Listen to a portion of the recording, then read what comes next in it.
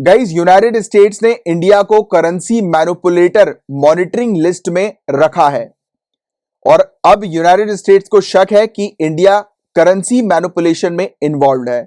और हालांकि United states का जो ट्रेजरी डिपार्टमेंट है, राजकोष विभाग, इसने स्विट्जरलैंड और वियतनाम को तो घोषित कर दिया कि ये दो कंट्री करेंसी मैनिपुलेटर्स हैं, और ताइवान, थाईलैंड और इंडिया, ये तीन कंट्रीज के ऊपर इसको यूनाइटेड स्टेट्स को शक है कि ये तीन कंट्री करेंसी मैनिपुलेशन में इन्वॉल्व है। अब सवाल ये उठता है कि करेंसी मैनिपुलेशन होता क्या है।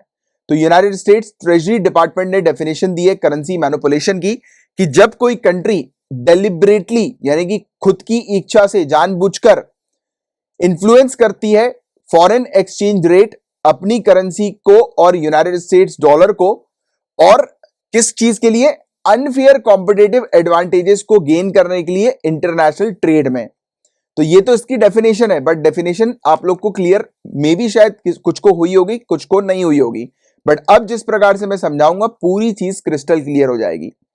तो देखो, करेंसी मैनिपुलेशन में होता क्या है, एक कंट्री अपनी कंट्री की करेंसी को डीवैल्यू करती है, यानी कि कम करती है अपनी करेंसी की वैल्यू को डॉलर के अगेंस्ट। अब करेंसी की वैल्यू को कम करने का मतलब क्या है? तो देखो गाइस, अब मैं यहां पर यूनाइटेड स्टेट्स में एक सेब रखता हूं, ठीक है। इस सेब की कीमत जो है वो $1 है, ठीक है। जस्ट इमेजिन, इस सेब की कीमत $1 है, ठीक है। और $1 को परचेज करने के लिए हमारी कंट्री के अंदर, जैसे ये 10-10 रुपए के दो नोट है, ठीक है, तो 20 रुपए देने पड़ते हैं। तो $1 जो है वो 20 रुपए का है, ठीक है, एग्जाम्पल के तौर पे समझा रहा हूं। तो मतलब क्या होगा कि 20 रुपए जब देंगे तब ये एक सेब खरीद पाएंगे, क्योंकि सेब जो है वो $1 का है, राइट। ये चीज है। बट करेंसी डीवैल्यूएशन में क्या होता है पता है? करेंसी डीवैल्यूएशन में एक कंट्री अपनी करेंसी को जो है वो वीक कर देती है डॉलर के अगेंस्ट। जैसे कि अभी मैंने आपको क्या बताया था कि वीक करने का मतलब कि पहले एक डॉलर जो था वो 20 रुपए का था, अब इसने वीक कर दिया, अब $1 40 रुपए का होगा, माना जाएगा। इसने बोल दिया कि अब $1 जो होगा वो 40 रुपए का, यानी खुद ब खुद अपनी करेंसी को डीवैल्यू कर दिया, वीक कर दिया, घोषित कर दिया कि अब जैसे ही जब $1 परचेज करना था तो पहले 20 रुपए देने पड़ते थे, अब $1 परचेज करने के लिए 40 रुपए देने पड़ेंगे। जैसे कि पहले एक सेब 20 रुपए का मिल सकता था, बट अब एक सेब कितने का मिलेगा? 40 रुपए का मिलेगा। तो किसका लॉस हुआ? अब आप बोलोगे सर इस कंट्री का लॉस हुआ जिसने अपनी करेंसी को डीवैल्यू किया। बट मैंने क्या बोला? ये इंपोर्ट किया जा रहा है, मंगवाया जा रहा है। बट अगर मैं इस चीज को उल्टा कर दूं, उल्टा इन द सेंस कि अब मैं एक्सपोर्ट पे ध्यान दूं अपने, तो देखो अब ध्यान से सुनना पूरे गेम को। अब $1 जो था वो 20 रुपए का था। अब पहले $1 देने के लिए, जैसे मैं मान लेता हूं 20 रुपए का हमारी कंट्री के अंदर एक सेब है, ठीक है, एक सेब 20 रुपए का है, और ये $1 जो है वो 20 रुपए का आता है, राइट। तो अमेरिका के अंदर से लोग बाग $1 देते थे और हम उनको एक सेब देते थे 20 रुपए का, ठीक है। अब क्या हुआ? अब मैंने आपको क्या बताया था कि करेंसी डीवैल्यू हो गई, हमने वीक कर दी करेंसी डॉलर के अगेंस्ट। तो अब क्या होगा? 20-20 40 रुपए, ठीक है, 40 रुपए के अब आएंगे दो सेब। पहले 20 रुपए का एक सेब आ रहा था, मैंने भी आपको बताया। पहले लोग $1 देते थे, उनको एक सेब मिलता था। अब लोग $1 देंगे, उनको दो सेब मिलेंगे। तो क्या हो रहा है? बाहर कंट्री का फायदा हो रहा है, राइट, अमेरिका का फायदा हो रहा है, आपको ये लगेगा। बट गेम क्या होता है पूरा पता है? गेम ये होता है कि फॉरेन कंट्री के अंदर अपने मार्केट को स्टैब्लिश करना, अपने मार्केट को बनाना। अब यूनाइटेड स्टेट्स के अंदर अगर इस प्रकार से कोई कंट्री करती है, यानी कि अपनी करेंसी को डीवैल्यू करती है, तो क्या हो रहा है? उस कंट्री का प्रोडक्ट जो है, सामान जो है, वो उनकी डोमेस्टिक कंट्री में जा रहा है।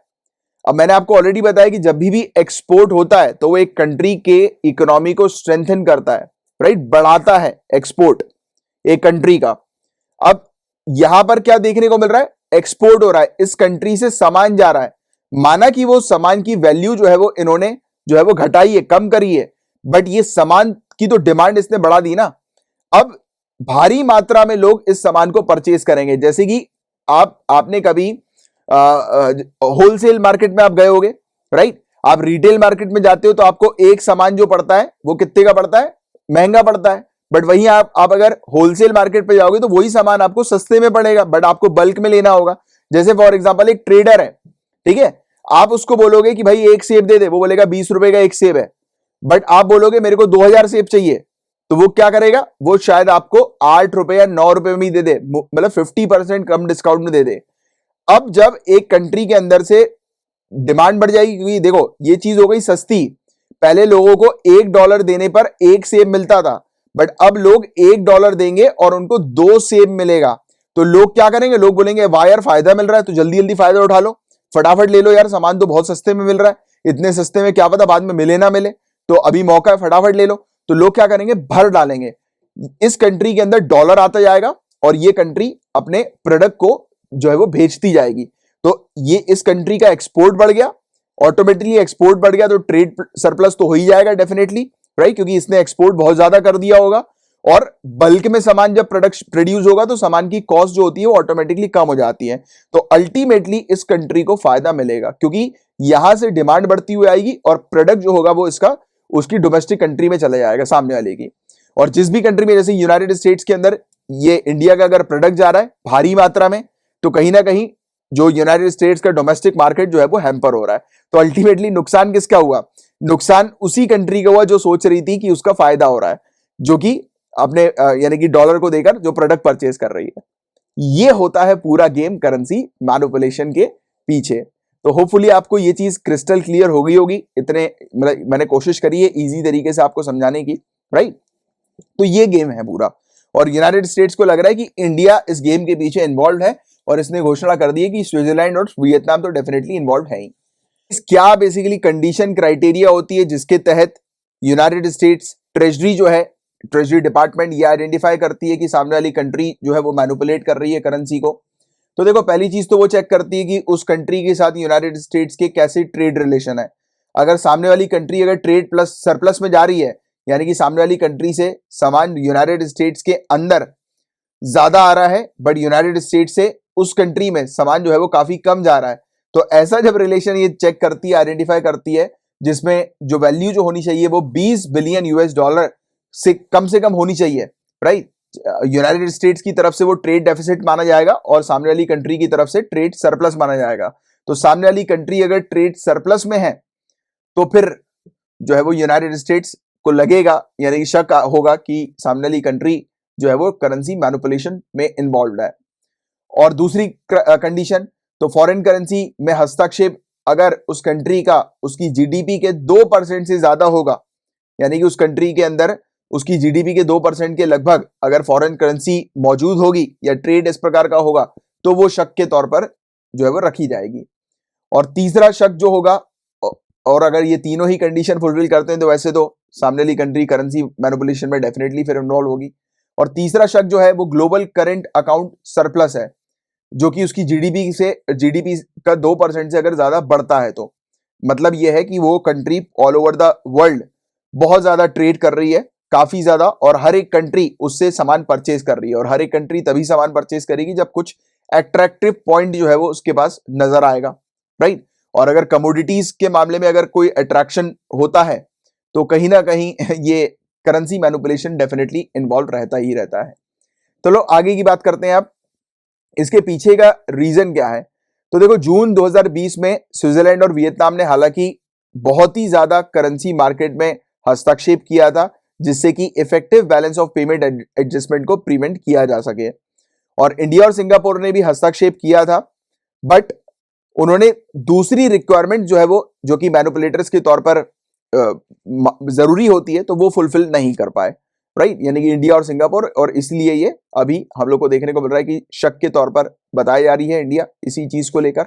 इसके इंप्लीकेशंस की बात करें गाइस, जैसे कि अगर कोई कंट्री घोषित हो जाती है कि वो करेंसी मैनिपुलेशन में इन्वॉल्व है, तो उस कंट्री के ऊपर हालांकि कोई पेनाल्टी वगैरह तो चार्ज नहीं की जाती है, बट क्या होता है कि उस कंट्री को लोन वगैरह मिलने में फिर परेशानी आने लगती है। जो ग्लोबल फाइनेंशियल मार्केट जो है उसके साथ सामने वाली कंट्री के रिलेशन जो है वो खराब होने लगते हैं, सामने वाला यानी कि फाइनेंशियल मार्केट जो है वो उसको सपोर्ट नहीं करती, तो ये वाली चीज इस प्रकार की हो जाती है।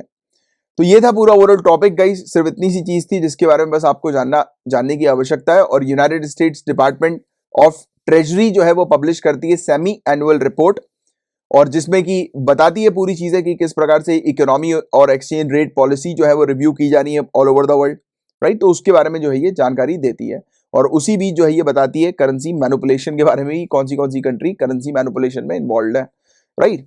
तो ये था